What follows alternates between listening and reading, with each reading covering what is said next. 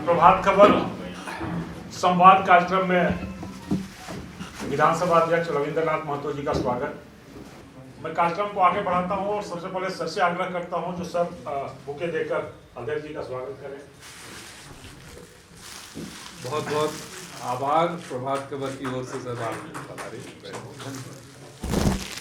Sir से आग्रह है जो अध्यक्ष जी का औपचारिक स्वागत करें और कार्यक्रम का विषय प्रवेश भी कराएं। सर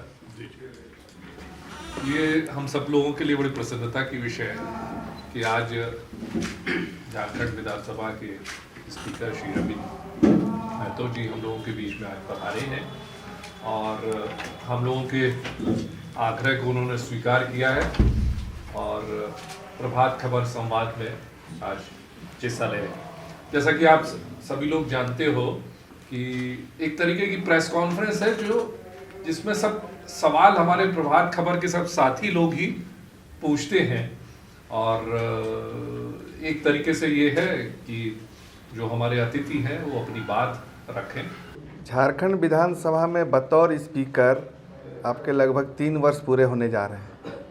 क्या अनुभव रहा शासन प्रशासन चलाने में और आपकी भूमिका से क्या अपने संतुष्ट हैं? देखिए, प्रजातांत्रिक शासन व्यवस्था के बारे में मैं समझता हूं कि आप तमाम लोगों को जानकारी है ही है और विशेष करके बतौर अध्यक्ष के रूप में 3 साल के अंदर में मेरा प्रयास और मैंने जो सोचा और जितना कर पाया वो आपके समक्ष सारा चीज़ है।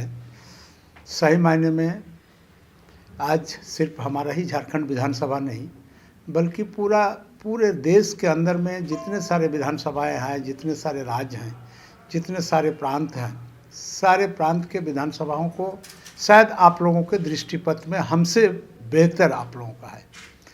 तो मैं इन तमाम चीज़ों के परिप्रेक्ष्य में आपको सिर्फ इतना कह सकता हूं कि दूसरे के परिप्रेक्ष्य में हमारा झारखंड विधानसभा कहीं से कम नहीं है।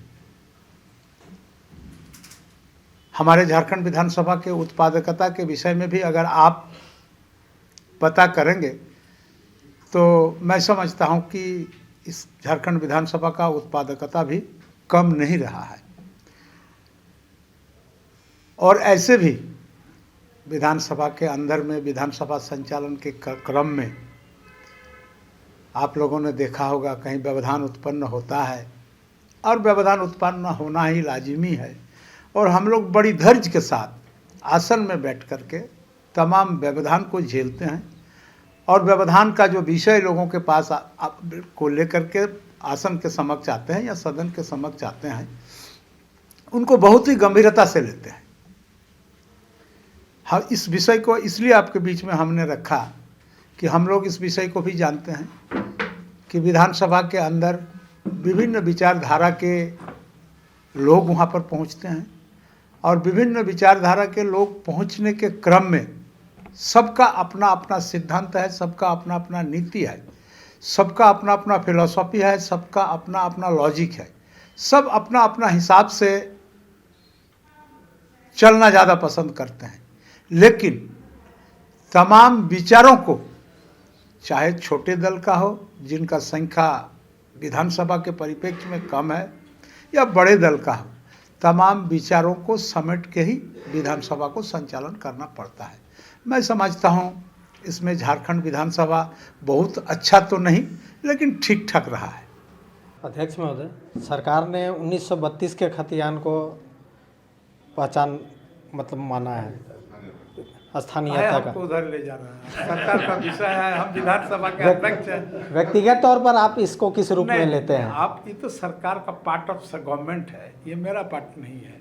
जब हमारे समक्ष ये बिल आएंगे, बहस कराएंगे, पास होगा, सरकार को राजहित में निर्णय लेना है।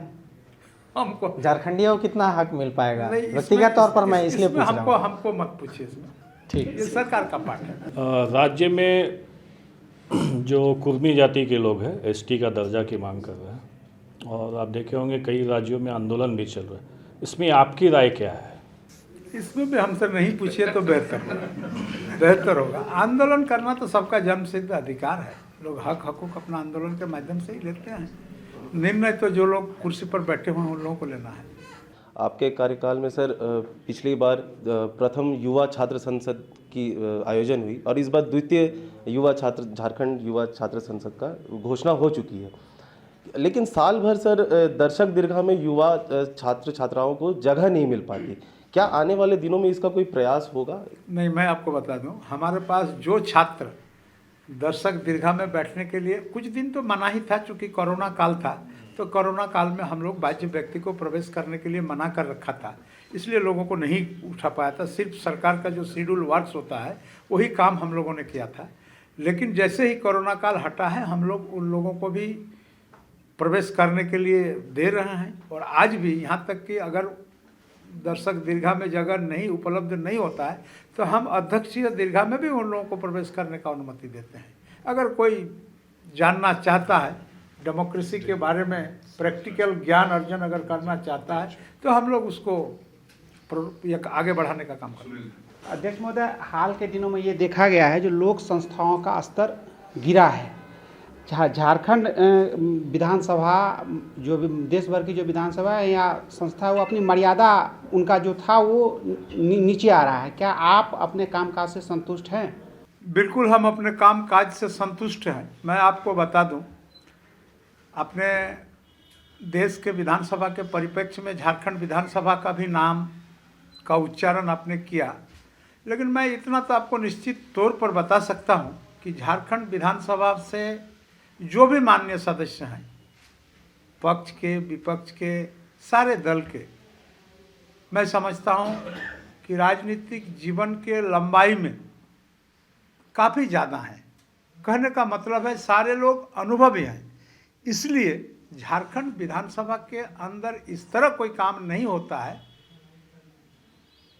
जिसको आप संसदीय मर्यादा के प्रतिकूल समझते हैं। बात बहुत ज़्यादा आया है, विषय भी आया है, उसका गंभीरता को भी हम लोगों ने समझने का प्रयास किया है, लेकिन मर्यादित ढंग से ही आया है। इधर हाल के दिनों में जो देखने को मिल रहा है कि झारखंड विधानसभा लगातार बाधित होते रही है, पक्ष विपक्ष के हंगामे के बीच जनता के सवाल छूट जा रहे हैं, इसको आप कैसे देखते हैं? सही मायने में आप अगर बोले तो विधानसभा ही लोकतंत्र का ऐसा केंद्र है जहां पर पूरे प्रदेश के जनताओं का निगाह रहता है। पूरे जनता के लिए विधानसभा से कुछ निकल के आता है, इसलिए विधानसभा को बाधित करना या विधानसभा के कामकाज को बाधित करना या अच्छा परिपाटी में कभी भी नहीं आता है। लेकिन माननीय सदस्य या किसी भी राजनीतिक दल के माननीय सदस्यगण अगर कोई ऐसा विषय आ जाता है तो अपना विरोधिता को दर्ज कराने के क्रम में कहीं कहीं थोड़ा बहुत इतर विशेष होते रहता है। इस चीज़ को हम लोग सामान्य परिपाटी के तौर पर मान लेते हैं और फिर आगे के कार्रवाई सुचारू रूप से चलाने का प्रयास भी करते हैं। तो आप अगर कहें कि स्तर गिर गया है, ऐसा बात नहीं है। आप झारखंड का विधानसभा के अंदर में जितना कामकाज हुआ है, यानी कामकाज के मतलब माननीय सदस्यों के द्वारा रखे गए प्रश्न का जवाब, शून्यकाल में आप देखे होंगे, शून्यकाल में हर माननीय सदस्य 5 बजे उठ करके विधानसभा परिसर में जा करके अपना शून्यकाल को डालते हैं और विधानसभा के कार्य संचालन के नियमावली के तहत हम लोग उसको सिलेक्ट भी करते हैं और उनको पढ़ने का अवसर भी देते हैं। ऐसे कई चीज़ है जिसको माननीय अवसर है विधानसभा के अंदर में, जो माननीय सदस्य झारखंड विधानसभा के पक्ष विपक्ष के सारे सदस्य इन अवसरों का भरपूर उपयोग करते हैं। एक चीज़ जानना चाह रहे थे कि सदन के अंदर जो विधायक कुछ करते हैं तो उन पे कार्रवाई हो जाती है, लेकिन हाल के दिनों में या पूर्व से भी आप सदस्य रहे देखने को आता है अधिकारी बहुत गंभीर नहीं होते हैं। कई बार आपके सीट से भी टिप्पणी होती है कि इस बजट सत्र चल रहा है, गंभीर विषय पर चर्चा और अधिकारी नहीं रहते हैं, कई वरीय अधिकारी नहीं रहते, कभी अधिकारी का पूरा जो दीर्घा वो खाली होता है। तो इस पे क्या लगता है कि अधिकारी सदन की प्रक्रिया को लेकर गंभीर हैं? देखिए, अधिकारी को तो बाध्यता है, उनका बाध्यता है कि अधिकारी को सदन के प्रति गंभीर होना ही पड़ेगा।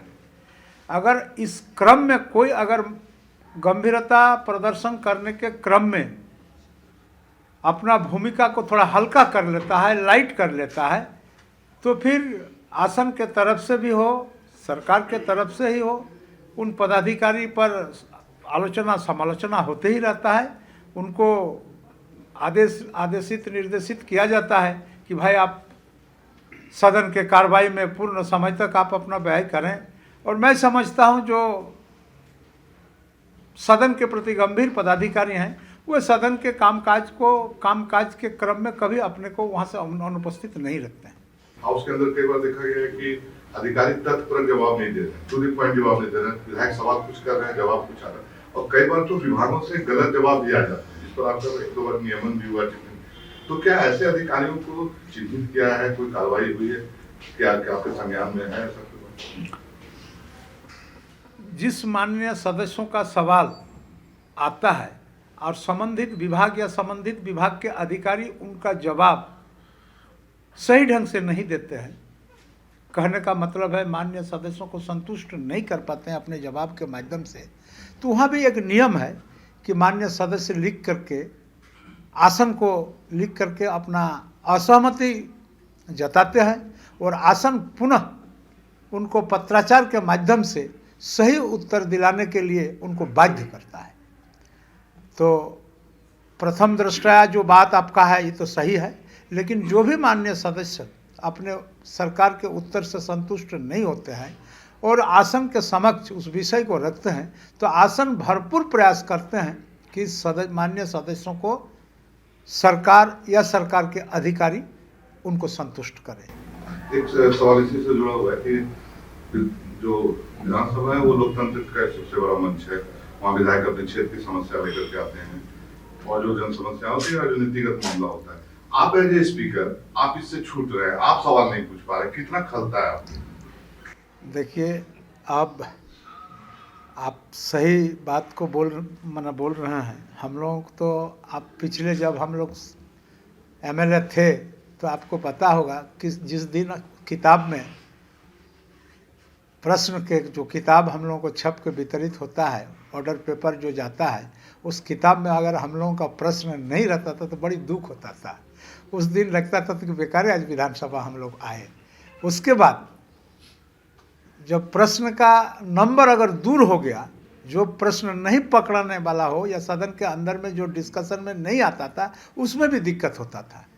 और उससे भी ज़्यादा दिक्कत होता था कि मान लीजिए प्रश्न 1 नंबर या 2 नंबर में आ गया और संयोग बस सदन बाधित हो गया, हमारा नहीं होता तो बहुत तकलीफ होता था। इसलिए एक साधारण विधायक होने के नाते इन तमाम विषयों का तो मुझे जानकारी है और आज स्पीकर हो जाने के बाद हम लोग अपना विषय को, अपने क्षेत्र के विषय को सदन के अंदर नहीं रख पाते हैं। सिर्फ हम ही नहीं, नेता प्रतिपक्ष भी नहीं रखते हैं, हमारे माननीय मंत्रीगण, मुख्यमंत्री, ये लोग भी अपना सवाल को नहीं रख पाते हैं। खैर, ट्रेजरी बेंच के लिए तो सुविधा है कि बहुत सारे विषय के काम करने में उनको छूट है, लेकिन हम लोगों को कभी कभी तकलीफ होता है। हम लोगों को अलग से संबंधित विभाग के माननीय मंत्री या सचिव को लिख करके चिट्ठी भेजना पड़ता है, जनता के चाहिदा के अनुकूल उस काम को कराने की प्रचेष्टा करते हैं। कभी कभी दूसरे माननीय सदस्यों के साथ जो सिमिलर टाइप का प्रॉब्लम होता है तो उनसे भी शेयर करते हैं कि भाई आप इस क्वेश्चन को करिए, ये आपका विधानसभा का भी विषय है, मेरा विधानसभा का भी विषय है। इस तरह से भी हम लोग किसी तरह से अपना काम को चलाते हैं। आपने विधानसभा में कई बार कहा है कि मैं बीपी की दवा खा कर आया हूँ, हल्ला करते रहिए, मैं कुछ सुनूंगा नहीं। तो क्या एक जानना ये चाह रहे थे हम लोग सर कि जो है स्पीकर की कुर्सी और सदन के हो हल्ला ने आपको बीपी का मरीज बनाया है? नहीं, ऐसा बात नहीं है, ऐसा बात नहीं है। लेकिन सही मायने में बीपी का दवा तो लेता ही हूँ। लेकिन आपको एक बात बता दें, जब अनावश्यक रूप से कुछ विषय सदन के अंदर में उठ जाता है, अनावश्यक जब सदन का समय बर्बाद होता है, तब तकलीफ होता है। तब बीपी हाई होना लाजिमी होता है। एक तो मान लीजिए पूरे जनता के गाड़ी कमाई के खर्च से सदन का संचालन होता है, और एक सदन संचालन होने के क्रम में सरकार का काफ़ी खर्च भी होता है, और काफ़ी खर्च होने के बाद इस समय को अगर सदुपयोग नहीं कर पाते हैं तो ये बहुत तकलीफ होता है। तो इसीलिए कभी कभी आसन को कठोर भी होना पड़ता है कि ताकि माननीय सदस्य इस समय के गंभीरता को समझे, और इस समय के गंभीरता को समझ करके कि जनहित में सही अपना निर्णय ले।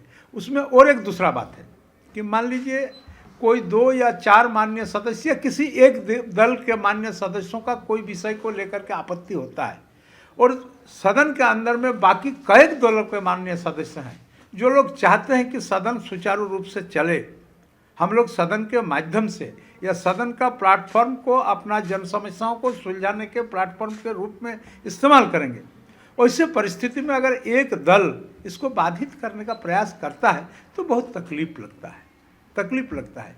उसी समय कभी कभी प्रेशर हाई हो जाना ये लाजिमी होता है। आप लोगों ने भी देखा होगा, तब हम लोगों को भी सदन को स्थगित करके आसन छोड़ करके निकलना पड़ता है, बात करना पड़ता है।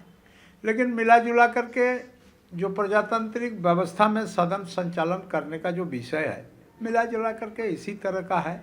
यही डेमोक्रेटिक सेटअप है, और उसी सेटअप के अंदर में रह करके आपको तमाम उत्तरदायित्वों का निर्वहन करना पड़ता है, और ये बहुत ही सहज और सरल नहीं है, ये अत्यंत ही जटिल है। स्पीकर के रूप में आप बेहतर तरीके से जो काम काज है वो निभा रहे हैं, और आप संतुष्ट भी दिख रहे हैं।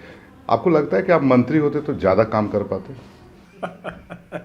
देखिए, हम लोगों के अंदर में काम करने की क्या दक्षता है, क्या कैपेसिटी है, इस विषय को संबंधित दल के जो नेता होते हैं वही बेहतर समझते हैं कि आखिर उनके टीम में जो खिलाड़ी हैं कौन कौन किस पोजीशन में खेल सकते हैं, उनको बेहतर इसको पता होता है। हम लोग तो सिर्फ दल के निर्णय का आदेश वाहक हैं।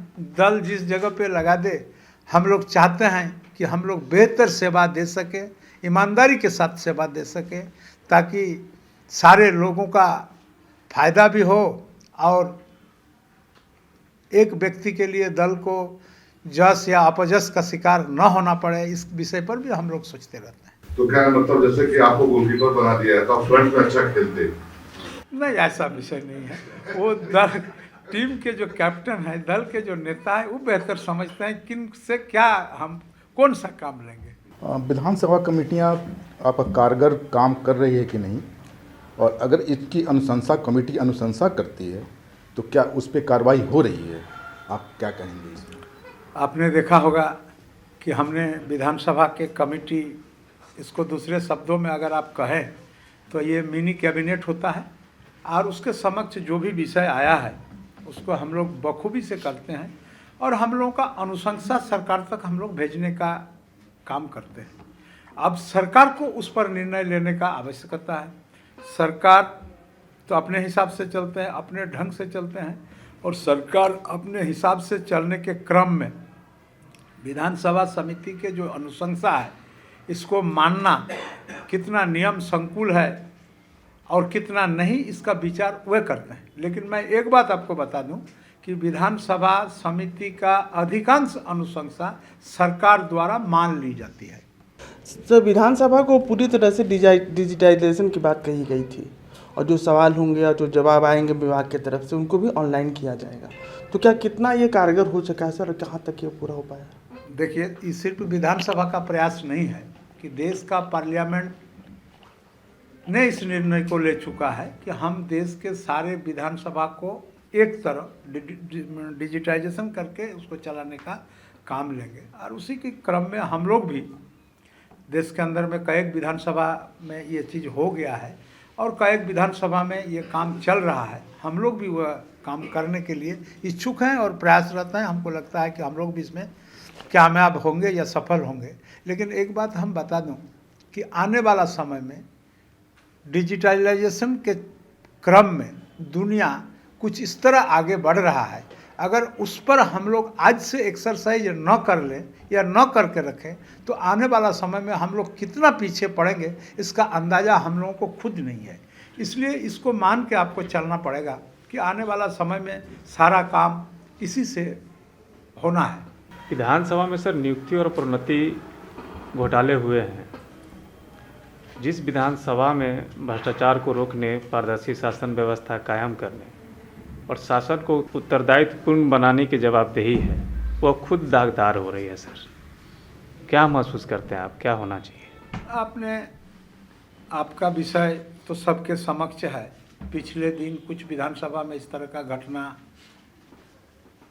घटित हुआ था और इसको लेकर के बहुत आगे बढ़ा है और हमको लगा है कि 2 बार न्यायिक आयोग भी बन चुका है, उनका भी रिपोर्ट है। फिर हम लोगों ने एक न्यायिक आयोग का अनुशंसा कर करके फिर से भेजे हुआ है। अब देखिए उसमें अगर सच्चाई है तो सामने आएगा और मान लीजिए गलत हुआ है तो गलत हुआ है तो उस पर कार्रवाई होगा। मेरा एक सवाल था कि राजभवन हाल के दिनों में आपके जो विधायक जा रहे हैं सरकार के, वो बार बार राजभवन लौटा रहा है और छोटी छोटी गलतियां हो रही है। वो गलतियां विधानसभा की नहीं है लेकिन वो विभाग की गलतियां जो नियम बना रहे। मेरा ये कहना है कि आप इसको किस रूप में लेते हैं? एक विधेयक जाए और राजभवन बार बार उसको लौटाए या लौटे विधेयक, तो इसको ऑफिस में देखिए, इसको तो हमने काफ़ी गंभीरता से लिया है और आपको पता होगा कि पिछले समय में जब हम लोग पंडित रघुनाथ मुर्मू विश्वविद्यालय का विधेयक विधानसभा से पास करके जब राजभवन के समक्ष भेजा और उसमें शायद हिंदी से अंग्रेजी ट्रांसलेट करने के क्रम में कुछ त्रुटि था और त्रुटि रहने के चलते राजभवन से इस विधेयक को फिर से लौटा दिया गया और फिर से लौटा देने के बाद पुनः सरकार को उस पर एक्सरसाइज करना पड़ा और जितना पुरानी प्रक्रिया है सारा पुरानी प्रक्रिया को फॉलो करते हुए फिर से विधानसभा के पटल पर इस विधेयक को लाना पड़ा। बहुत मैंने दोबारा मेहनत करना पड़ा। तो इसीलिए मैंने संबंधित विभाग के तमाम अधिकारियों को बुला करके बैठक भी किया था और हमने बोला उनको कि देखिए ये अच्छा चीज़ नहीं है, हम बोलेंगे तो आपको तकलीफ लगेगा, लेकिन अब हिंदी से अंग्रेजी ट्रांसलेट करने के क्रम में अगर ऐसा हो और इस विषय से राज्य का महत्वपूर्ण विधेयक राजभवन से लौट करके फिर से विधानसभा आए तो ये कितना खराब चीज़ है, ये आप खुद ही समझ लीजिए। इसको लोगों ने इस चीज़ को महसूस भी किए कि हाँ इस क्रम में भूल हुआ है। मैंने महामहिम के समक्ष भी इस बात को रखे थे कि चलिए भले ही ट्रांसलेशन में गलती हुआ है, translate means just to translate to the sense का ही ट्रांसलेट होता है, तो होने के क्रम में शब्दों का अगर इधर उधर हुआ है और मूल विषय अगर हुआ है तो ये सब विधेयक महामहिम को इस विधेयक को ससमय पास कर देना चाहिए ताकि सरकार इस पर कार्रवाई ले सके। तो खैर हमको महामहिम के द्वारा अनऑफिशियली भी कहा गया था कि नहीं हम इसको कर देते हैं। चलिए उसका बात बीत गया, लेकिन आपने जो सवाल उठाया कि विधानसभा के द्वारा पारित प्रस्ताव जो राजभवन में जाता है और आने वाला समय में कानून के रूप में हमारे राज्य का 3.5 करोड़ जनताओं को पालन करना पड़ता है, उनमें किसी भी तरह का चूक या किसी भी तरह गंभीरता का अभाव, ये अच्छा परिपाटी कहीं से नहीं है। 1 दर्जन से ज़्यादा हमको लगता है कि नए विधायक चुन करके आए हैं इस बार सदन में। किस विधायक ने आपको, नए विधायकों में बात करें, किस विधायक ने प्रभावित किया और क्या इनका प्रदर्शन कैसा रहा है, क्या मानते थे? देखिए, कई माननीय विधायक हैं जो सही मायने में विधायी परंपरा को समझने का प्रयास करते हैं और मेहनत भी करते हैं और वो चाहते हैं कि जितने माननीय पुराने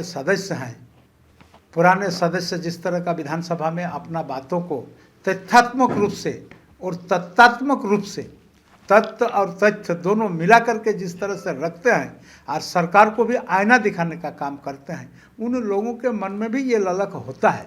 इसलिए वे लोग भी इसमें काफ़ी प्रयास करते हैं और मेरे नज़र से कई माननीय विधायक उस तरह हैं, महिला विधायक भी हैं, पुरुष विधायक भी हैं, जो लोग सही काम मायने में विधायी कार्य को समझने का और विधानसभा में एक अच्छे विधायक के रूप में अपने आप को स्थापित करने का निरंतर प्रयास करते हैं।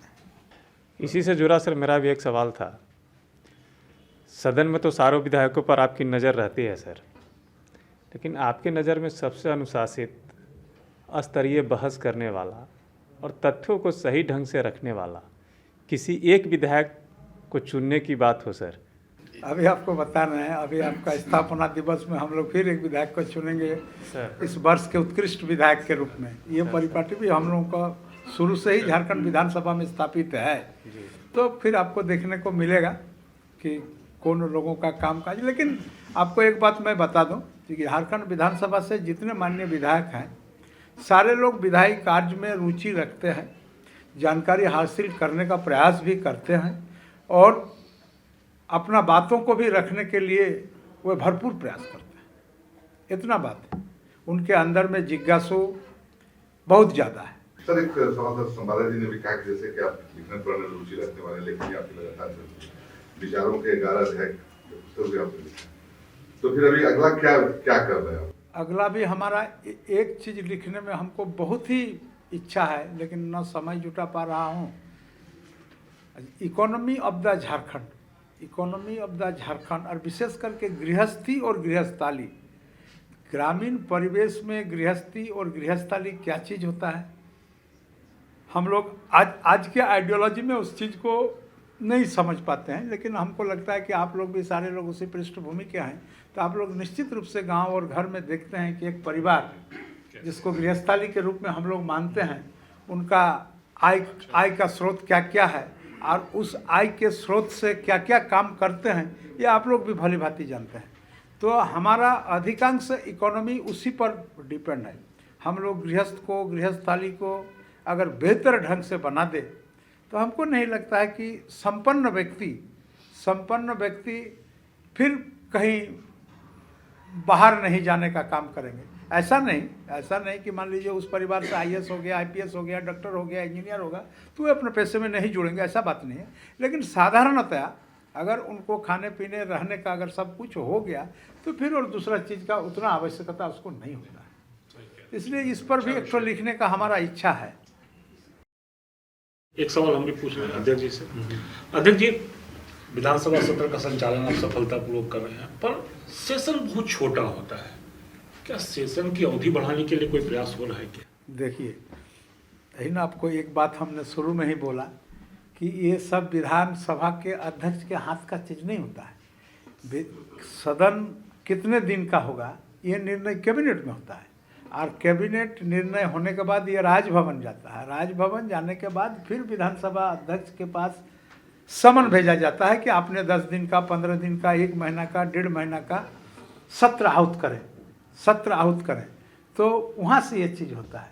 विधानसभा के अध्यक्ष सलाह भले दे सकते हैं कि सत्र लंबा होना चाहिए, लेकिन ये काम कैबिनेट का है। कैबिनेट से ही निर्णय लेकर के राजभवन भेजते हैं और राजभवन से जो भी आता है उस हिसाब से काम हम लोग कराते हैं। लेकिन एक बात मैं आपको बता दूँ, हमने जितना दिन से विधानसभा का संचालन किया, आपको पहले पारी में भले ही हमारे प्रतिपक्ष के नेता को भी, उनका भी अस्तित्व को एहसास कराने का डेमोक्रेसी में आवश्यकता है, उससे भी हम अस्वीकार नहीं करते हैं, भले ही बाधित हुआ हो।